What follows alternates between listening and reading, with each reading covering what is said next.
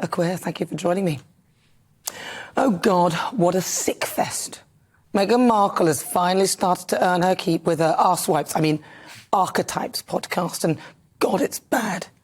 I'm sorry, but I just couldn't bring myself to listen to the whole thing. It started to sort of itch the inside of my ears, and I had to do that thing where you scratch the back of my throat. The sound of her voice, grating to say the least.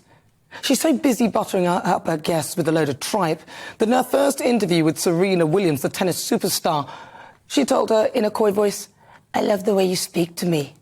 And when Meghan was outed as a diva by the queen of all divas, Mariah Carey, who told her, "You give us diva moments," apparently the comment made Meghan sweat.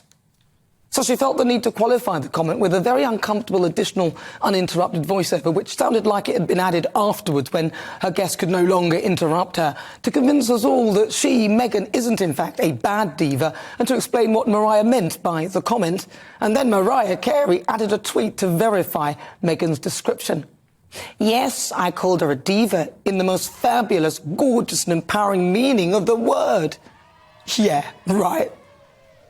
Meghan also told Mariah that, "If there's any time in my life that it's been more focused on my race, it's only when I started dating my husband."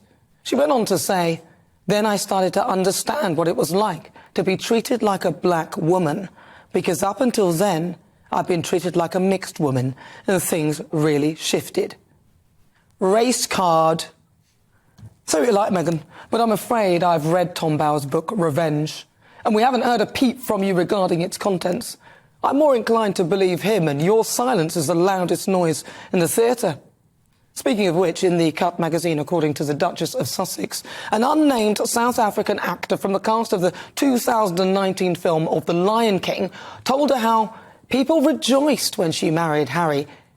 She said, "He looked at me like, I just need you to know, when you married Into, we rejoiced in the streets, the same we did when Mandela was freed from prison." Really? But then, a Lion King actor and friend of Nelson Mandela says he's baffled by her comment. Dr. John Carney, who voiced the mandrill shaman Rafiki in the Disney film, said that he was the only South African actor in the production, and also that he'd never met the Duchess and did not attend the UK premiere, and that's according to the Mail Online. He insisted that her wedding to Prince Harry was no big deal in South Africa, stating, "I cannot even tell you now what month she married or what year."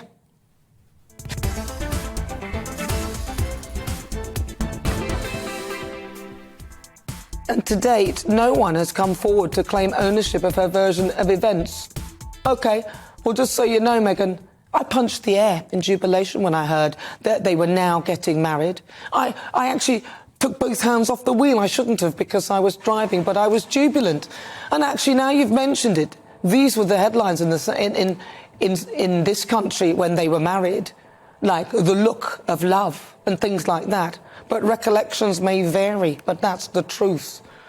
What, a cat got your tongue? You didn't fancy mentioning that during your Arsewipes podcast, nothing was made up here and I'm allowed an opinion. You can't do a voiceover at the end because this is live. I'll tell you what needs to shift, Meghan. It's you. How much more are you going to force our royal family to endure in your quest for privacy?